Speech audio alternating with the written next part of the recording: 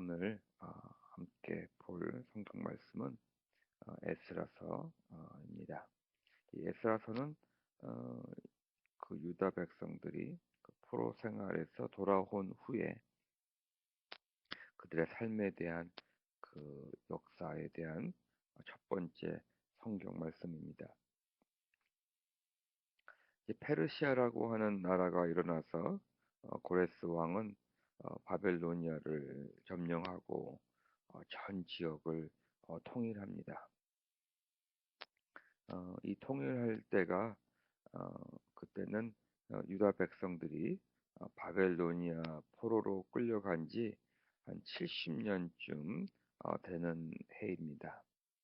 어, 이 성경 말씀을 보면서 우리 예레미야 선지자를 통하여서 예언된 그 예언의 말씀이라고 나옵니다. 예레미야를 시켜서 하신 말씀을 이루시려고라고 오늘 에스라서는 에스라기는 첫 번째 1장 1절이 그렇게 시작됩니다. 예레미야를 시켜서 하신 말씀을 이루시려고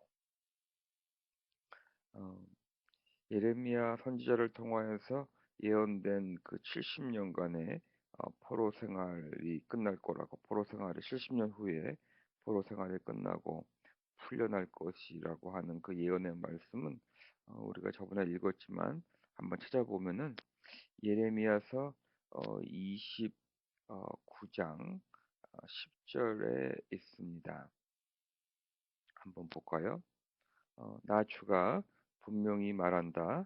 너희가 바벨로니아에서 70년을 다 채우고 나면 내가 너희를 돌아보아 너희를 이곳으로 다시 데리고 오기로 한 나의 은혜로운 약속을 너희에게 그대로 이루어 주겠다. 라고 말씀하십니다. 은혜로운 약속을 그대로 이루어 주겠다. 오늘 아침에는 다시 한번 그 믿음이라는 것이 무엇인지 한번 생각하게 됩니다. 믿음은 우리가 하나님과의 하나님이 우리에게 주신 그 은혜로운 그 약속이 이루어지는 것을 목격하는 것이 바로 우리들의 믿음의 삶이라고 말씀을 드리고 싶습니다. 이렇게 지금 페르시아가 전 지역을 통일시키고 나서 그 70년이 됐을 때 아마 페르시아가 이때 바빌로니아를 점령하고 전 지역을 통일하는 것도 어쩌면은 하나님께서 그것을 사용하셔서 하나님의 그 은혜로운 그 언약을 약속을 이루시려고 하시는 것이 아닌가 생각됩니다.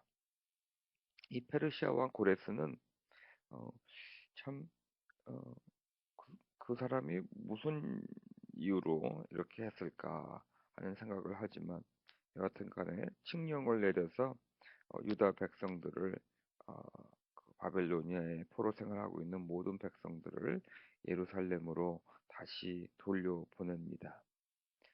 물론 페르시아 왕이 자기가 점령한 지역들의 어떠한 유화 정책, 그들에게 어, 페르시아에게 더욱더 로열티를 빌드업하기 위해서 잘 대해줄 수도 있을 것입니다.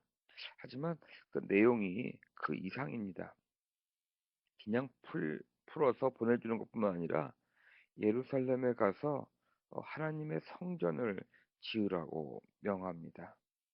그것도 뭐 있을 수가 있어요. 정치적으로는 페르시아를 쫓아오게 하고 종교적으로는 뭐 그렇게 하나님을 믿게 해서 어떤 이렇게 정착을 시키려고 하는 그러한 정책을 사용했다고도 우리가 말할 수 있을 것입니다. 하지만 또 그 다음에 또 이렇게 나옵니다. 곧 주 이스라엘 하나님의 성전을 지어라. 그 백성에게 하나님이 함께 계시기를 빈다. 이렇게까지 말해주고 그 다음에는 예루살렘에 세울 하나님의 성전에 바칠 자원 제물들을 들려서 보내도록 하라라고 말을 하고 있고 또 느부갓네살이 예루살렘에서 가지고 온 아주 값 나가고 또 좋은 성전에서 쓰는 그러한 기구나 도구들이나 모든 것들을 꺼내서 돌려보냅니다. 또 페르시아 백성들에게 또 바벨로니아에 살던 많은 사람들에게 금과 은과 또 자원 예물을 그들에게 주어서 보내라고 얘기를 하고 있습니다. 이것은 그냥 어, 이러한 정치적인 모습만은 절대로 아닌 것 같아요. 오늘 1장 1절을 보면은 감동을 받았다라고 나오고 있습니다. 하나님께서 페르시아 왕 고레스의 마음을 감동시켰다라고 말씀하고 있고, 이 말씀은 어, 이 하나님께서는 당신의 은혜로운 그 약속을 꼭 지키시는 하나님이다라고 하는 것을 우리에게 말씀해주고 있습니다. 그러면서 이제 3장을 보니까 드디어 예루살렘으로 돌아온 백성들은 성전 기초를 두고 재건하고 목청껏 소리를 높여서 하나님을 찬양하게 됩니다. 참 감사하죠. 70년간의 포로 생활로 있다가 다시 고향 땅에 돌아와서 그 70년이라면 아마 참 많은 변화가 있었을 것입니다. 예루살렘에 살고 있는 다른 사람들도 있을 테고 돌아온 사람과 거기 살고 있던 사람들 사이에 엄청난 알력도 있을 테고 여러 가지 어려움이 있었을 텐데 그러한 어려움 속에서 예루살렘의 그 성전의 그 기초를 놓을 수 있었던 그들은 너무나 기뻐서 목청껏 소리를 높여서 하나님을 찬양하였다라고 말하고 있습니다. 목청껏 찬양했다. 우리도 이 4주년 예배가 이제 곧 오는데 4주년 예배 때 이렇게 목청껏 소리 높여서 하나님을 찬양했으면 좋겠어요. 참 감사하죠. 우리 이 젊은 어, 우리 영 프로페셔널들에게 이 그 교회를 세울 수 있는 기회를 주시고 그것도 모든 사람들이 맨하탄에서 교회를 시작하면 힘들다고 하는 그러한 맨하탄에서 이 교회를 세우고 있고 또 제 눈에 보이는 그 아름다운 여러분들의 모습을 보면 정말 너무나 감사합니다. 아마 이날 우리가 정말 다 같이 목청껏 이 교회가 세워짐을 보면서 기뻐하고 하나님께 찬양을 드리는 우리들이 되었으면 좋겠습니다.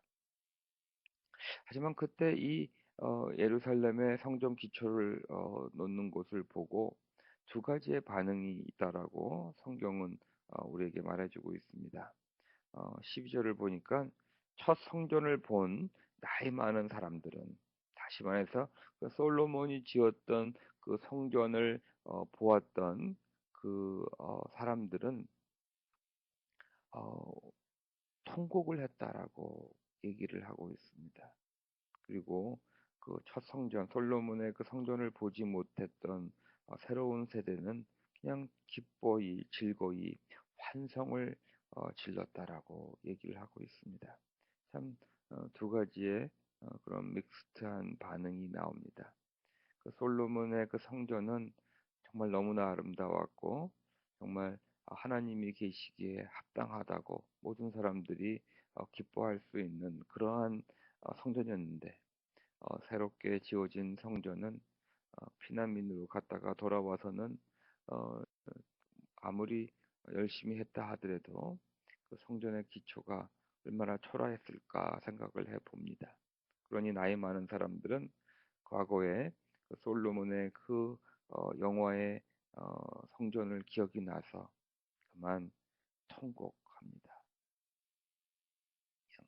여태까지는 참고 견디면서 성전을 재건하려고 노력하다가 그만 가장 기뻐야 할 날 통곡하고 맙니다. 환성과 통곡이 한데 뒤섞여서 소리가 너무나 크고 시끄러웠다. 그 소리는 멀리서도 들을 수 있었으나 어느 누구도 환성인지 통곡인지 구별할 수 없었다라고 말하고 있습니다. 우리 가능하면 우리 4주년 예배 때는 우린 다 같이 환성을 어, 부르게 되기를 원합니다. 하지만 또 통곡을 한다고 하는 것도 그렇게 나쁜 것 같지는 않아요.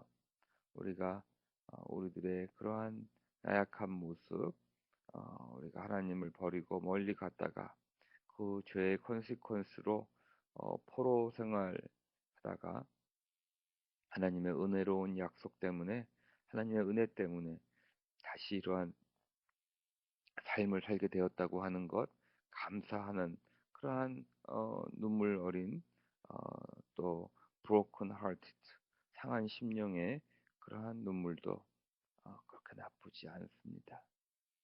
어, 우리가 주일날 얘기했듯이 somehow 하나님께서는 우리들의 서포링과 우리들의 고난과 고통을 그냥 아무런 그냥 아무런 이유 없이 사용하지 않으시고 그 안에서 아름다운 것을 만들어내시는 하나님이심을 우리 오늘 이 아침 다시 한번 선포합니다. 이렇게 예루살렘 성전이 다시 재건되고 포로로 끌려갔던 사람들이 돌아옵니다. 그럼 우리가 한번 예레미야서에서 나온 하나님의 언약을 다시 한번 봐야 되겠어요. 이러한 하나님의 은혜가 이루어지기 위해서 하나님께서 이러한 말씀을 그 10절에는 70년을 다 채우고 나면 너희를 돌아오게 하겠다고 말씀하시면서 그런 일이 일어날 때 어떤 일이 있어야 하는지를 성경에서 말하고 있습니다. 11절 말씀에요. 예레미야서 29장 11절 말씀인데 너희를 두고 계획하고 있는 일은 오직 나만이 알고 있다. 우리들의 미래에 대한 일들은 하나님만이 알고 있다라고 선포하시고 내가 너희를 두고 계획하고 있는 일은 바로 번영이다. 너희에게 미래에 대한 희망을 주기를 원한다라고 말씀하시면서 이렇게 말씀하고 계세요. 이렇게 하나님의 은혜의 약속이 이루어지는 그때에 이런 일을 하라고, 이런 일이 일어나야 한다고 말씀하고 계십니다. 너희가 나를 부르고 나에게 와서 기도하면 내가 너희의 호소를 들어주겠다. 너희가 나를 찾으면 나를 만날 것이다. 너희가 온전한 마음으로 나를 찾기만 하면 내가 너희를 만나 주겠다. 라고 말씀하고 계십니다. 기도하라고 말씀하고 계세요. 그러한 하나님의 그 은혜로운 약속이 이루어질 때에 우리 성도들의 기도가 필요하고 하나님을 찾는 그런 간절함이 있어야 되고 또 온전한 마음으로 하나님을 만나게 되기를 원하는 그러한 심령이 준비되어야 한다라고 우리에게 말씀하고 계셔요. 하나님은 절대로 독재로 하시는 분은 아닌 것 같아요. 하나님은 모든 것을 다 하실 수 있는 분이지만 우리들을 창조하실 때 그냥 로봇으로 창조하신 게 아니고 우리들에게 자유의지를 주시고 사랑할 수 있는 마음을 허락하셔서 하나님을 찾고 하나님을 사랑하고 우리의 의지, 자유의지를 가지고 우리의 결단을 가지고 우리의 결정함을 가지고 하나님을 찾고 하나님께 호소를 할 때 그때 바로 하나님께서는 하나님의 은혜로운 약속을 이루어 주신다라고 말씀하고 계세요. 다른 게 아니라 우리가 뭐 새로운 어떠한 훌륭한 일을 하고 어떠한 멋있는 사람이 되고 남들이 봐서 다 정말 저 사람은 존경받을 수 있는 사람이다. 그러한 사람이 어, 되라고 하기보다는 그런 일이 일어나도 좋겠지만 우리들에게 원하는 것은 기도하라고 하나님께 돌아오라고 하나님께 마음을 다해서 돌아와서 기도 중에 하나님을 찾으라고 하나님과 친밀한 속에서 그 하나님의 음성을 듣기를 원하라고 그때 은혜로운 약속이 온전히 이루어질 것이라고 말씀하고 계십니다. 14절의 마지막에 이렇게 써 있습니다. 나 주의 말이다. 내가 너희를 포로 생활에서 돌아오게 하겠다. 내가 너희를 쫓아보내던 세상의 모든 나라, 모든 지역에서 너희를 모아오겠다. 내가 너희를 포로로 보냈으나 나는 너희를 그곳에서 너희의 고향으로 다시 데려오겠다. 나 주의 말이다. 이렇게 말씀하십니다.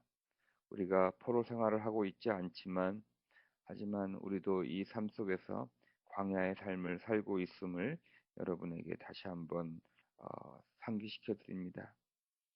우리가 이때 항상 하나님의 품으로 돌아와야 할 텐데 이 세상의 풍조와 세상은 우리를 하나님께 가지 못하게 하고 하나님께 기도하지 못하게 하려고 합니다. 정말 우리가 하나님의 은혜가 우리의 삶 속에서 이루어지는 것을 목격하는 믿음의 삶을 살기 위해서는 정말로 무릎 꿇고 하나님을 부르며 하나님을 찾으며 온전한 마음으로 하나님을 만나기를 원할 때 그때 우리는 이 광야의 삶 속에서도 하나님의 은혜의 약속이 이루어지는 것을 목격하며 기도 속에서 하나님과 함께함을 통하여서 기쁘고 또한 정말 하나님의 그 사랑을 어슈어하는 그러한 우리들의 믿음의 삶을 살 수 있다라고 말씀드리고 싶습니다. 오늘 우리 모두 기도하는 우리들이 되기를 원합니다.